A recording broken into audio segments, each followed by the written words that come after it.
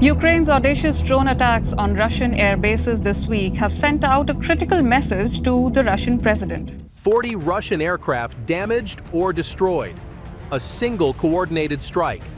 It is one of the most daring and devastating Ukrainian attacks. A brilliant operation and one for the history books. 5 air bases spanning 5 time zones.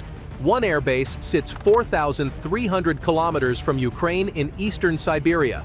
Russian air defenses never detected the threat until impact. This wasn't cruise missiles or long-range rockets. Ukrainian operators used drones costing hundreds of dollars each against aircraft worth $300 million. Stunning and complex drone attack on Russia. Hit multiple air bases deep inside Russia in what they're calling Operation Spiderweb. The entire operation launched from inside Russian territory using trucks that Russian drivers delivered to target locations. 18 months of planning culminated in one night that changed assumptions about air warfare. On June 1, 2025, Ukraine's security service executed Operation Spiderweb. Operation Spiderweb. Operation Spiderweb. Operation Spiderweb. The most audacious long-range drone strike of the war. Western intelligence confirms at least 13 aircraft completely destroyed with 40 total damaged across 5 strategic bomber bases. NATO officials acknowledge this single operation degraded Russia's long-range aviation capability by 20%. How did Ukraine plan and execute an attack penetrating thousands of kilometers into Russian airspace when conventional wisdom said such operations were impossible? The operation began 18 months before execution. Ukrainian security service operatives identified a fundamental vulnerability in Russian strategic aviation deployment. Russia positioned its Tu-95 and Tu-22 strategic bombers at bases deep inside the country, believing distance provided security. Engels Air Base near Saratov, Dyaghilevo near Ryazan, Olenya in Murmansk Oblast, and Belaya in Irkutsk all operated under assumptions that Ukrainian capabilities couldn't reach them. That distance created complacency. Ukrainian planners recognized that conventional approaches couldn't work. Cruise missiles lacked the range. Long-range drones faced detection and interception by layered air defenses protecting these strategic facilities. Satellite communications required for remote operations would expose command links to Russian electronic warfare. The solution required thinking beyond traditional military planning. If conventional military equipment couldn't reach these targets, perhaps civilian logistics could. The concept emerged gradually through intelligence analysis and operational planning. Rather than launching drones from Ukrainian territory and hoping they penetrated Russian defenses, Ukrainian operators would smuggle drones into Russia itself. Not hidden in military convoys that Russian security services would scrutinize, but concealed inside civilian cargo that border guards routinely cleared. The drones would wait inside Russia, positioned near target air bases, then launch simultaneously from multiple locations. SBU engineers designed specialized FPV drones optimized for this mission. Each drone measured roughly the size of a large dinner plate, carrying 1.8 kilograms of explosive payload. The warheads used shaped charges designed to penetrate aircraft skin and detonate inside fuel tanks. Testing confirmed these charges could breach aluminum aircraft structures and ignite aviation fuel, creating catastrophic fires. The critical engineering challenge involved communications. Standard FPV drones operate using radio frequency links with limited range, requiring line of sight between operator and aircraft. Ukrainian engineers couldn't position operators near Russian air bases without detection. The solution integrated reinforced communication systems using Russian cellular networks. Operators in Ukraine would pilot drones inside Russia using commercial mobile phone infrastructure that Russian security services monitored but couldn't differentiate from legitimate traffic. Navigation presented another challenge. GPS navigation works reliably, but creates trackable electronic signatures that sophisticated air defense systems detect. The drones incorporated hybrid navigation combining GPS waypoint programming with visual recognition algorithms. Operators could guide drones manually during final approach, while automated systems handled en route navigation. This reduced electronic emissions during critical phases while maintaining targeting precision. The logistics operation required unprecedented audacity. Ukrainian operatives smuggled approximately 150 drones, associated launch systems, and 300 explosive payloads into Russia over months. They concealed components inside wooden modular cabins that appeared to be construction materials or storage containers. These cabins were then loaded onto standard cargo trucks that border guards rarely inspected thoroughly. The Ukrainian security service recruited Russian truck drivers through intermediaries, offering payment for deliveries without revealing mission details. Drivers received instructions to transport cargo to specific locations on June 1st and park at designated times. Most drivers never knew they were transporting military equipment or participating in an operation against their own military. This deception exploited the massive civilian logistics network that moves goods across Russia daily. The wooden cabins concealed launch platforms beneath their roofs. Remotely operated mechanisms could open the cabin tops and deploy the drones without human presence. Once drivers parked trucks at predetermined locations near air bases, Ukrainian operators in Kyiv would remotely open the cabins and launch drones. The trucks included self-destruct mechanisms that detonated after launch, eliminating evidence and preventing investigation. June 1st marked Russian Military Transport Aviation Day, a national holiday celebrating Soviet-era aviation achievements. Russian airbases operated on reduced alert status with many personnel involved in celebrations. Aircraft sat on ramps fully fueled and loaded with cruise missiles, prepared for strikes against Ukrainian targets. Ukrainian intelligence had identified these patterns through months of observation, selecting this date specifically because Russian readiness would be degraded. At the designated time, operators in Ukraine remotely activated the launch systems. Cabin roofs opened simultaneously across 5 locations. 117 drones lifted off within minutes of each other. Russian air defense systems detected unusual activity but couldn't determine threat nature or origin. The drones appeared to launch from inside secure perimeters, confusing identification procedures. The drones flew low using terrain masking and nap-of-the-earth flight profiles that defeated most radar systems. Operators guided them toward parked aircraft, targeting specific vulnerable points. The drones aimed for wing fuel tanks on 2 95 bombers and center fuselage sections on 2 22 variants. Explosive charges penetrated aircraft skin and detonated inside, igniting fuel and starting fires that consumed entire airframes. At Belaya Air Base in Irkutsk Oblast, 4,300 kilometers from Ukraine, local residents reported explosions and fires around midnight. Governor Igor Kobzev initially claimed a drone had struck an old building in Novomaltinsk, downplaying the incident. Subsequent satellite imagery revealed 3 Tu-95 bombers completely destroyed with visible burn patterns and wreckage. 3 Tu-22 bombers showed severe fire damage. The 200th Guards Heavy Bomber Aviation Regiment stationed at Belaya lost significant operational capability in minutes.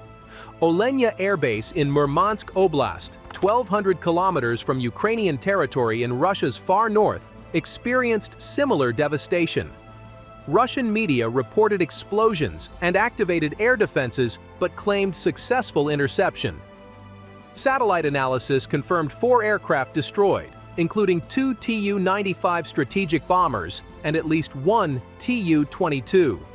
Video footage geolocated to Olenya showed massive fires engulfing parked bombers. Authorities prohibited civilians from entering or leaving Olenogorsk for days following the attack. Diaghilevo Air Base near Ryazan reported drone activity and fire damage. Russian officials acknowledged attacks occurred but provided minimal details. Open-source intelligence analysts using commercial satellite imagery identified damaged aircraft and blast patterns consistent with successful strikes.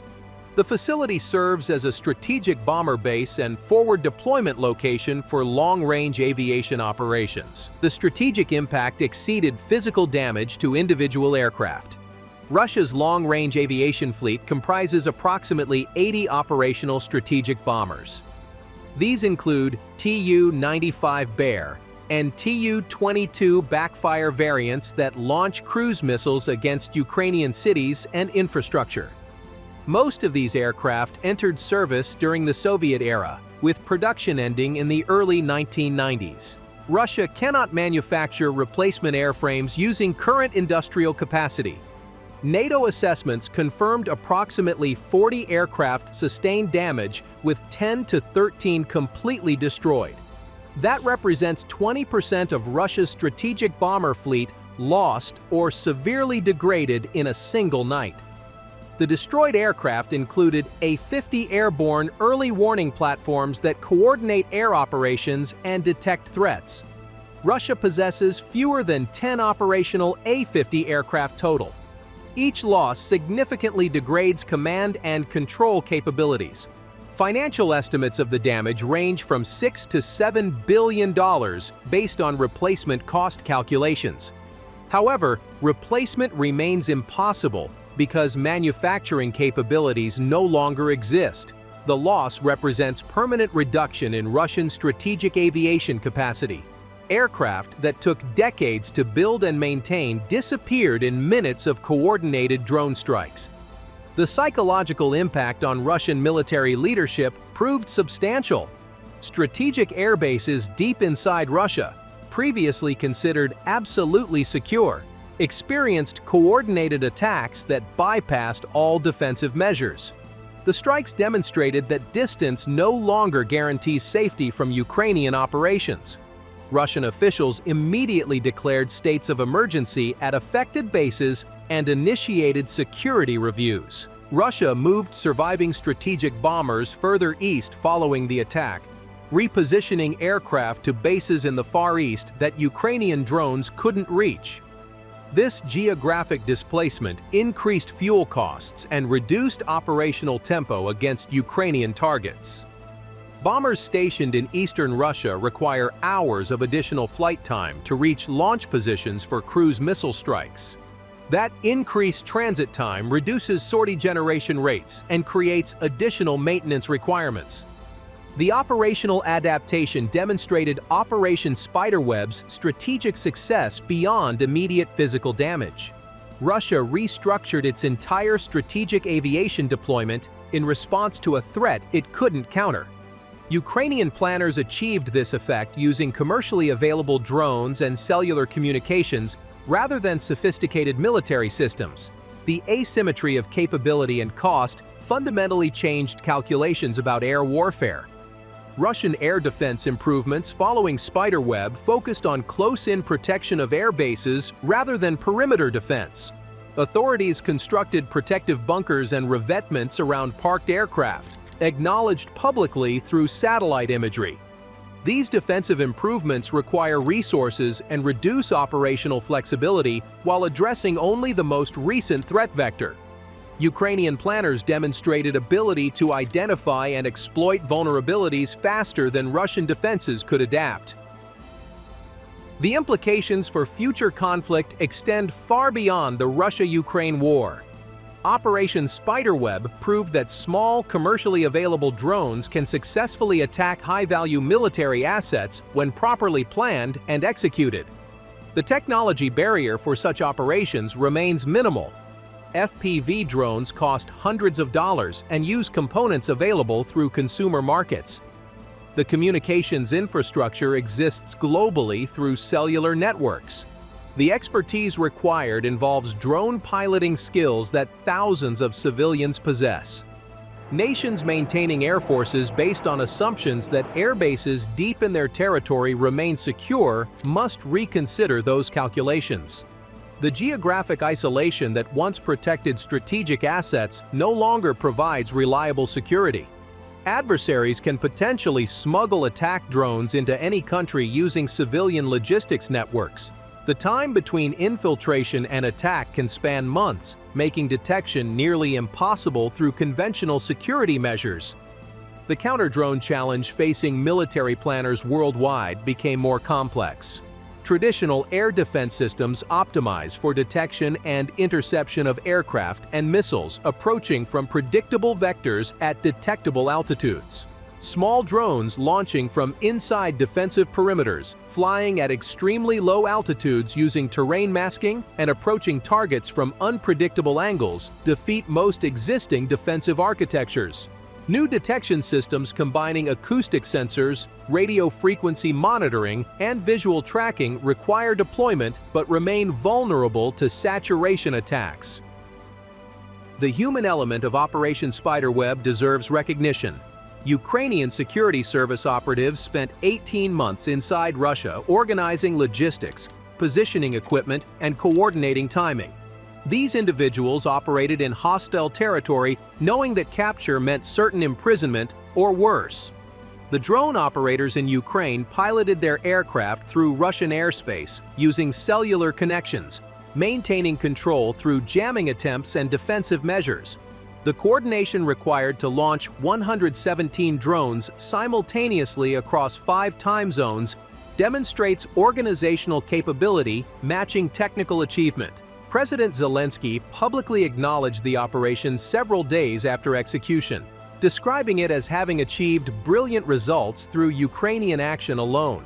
He noted that operational details couldn't be fully disclosed, but that operations would feature in history books. That acknowledgement represented unusual openness about covert operations, reflecting confidence in Ukraine's ability to execute similar missions and desire to impose psychological costs on Russian military leadership. So, how did Ukrainian drones destroy 40 Russian aircraft in one night? Through 18 months of planning that identified vulnerabilities in Russian strategic aviation deployment. Through engineering custom drones optimized for aircraft destruction using commercial components. Through audacious logistics operations, smuggling equipment thousands of kilometers into enemy territory. Through operational deception that positioned attack drones inside Russian secure areas without detection. Through coordination, executing simultaneous strikes across 5 time zones that overwhelmed defensive responses. Operation Spiderweb represents asymmetric warfare achieving strategic effects with minimal resources. Ukraine spent potentially a few $1 million on drones and logistics to destroy aircraft worth billions that Russia cannot replace. The operation demonstrated that technical sophistication matters less than operational creativity when exploiting adversary vulnerabilities. The implications extend beyond this specific conflict to fundamentally challenge assumptions about military asset security in the drone age.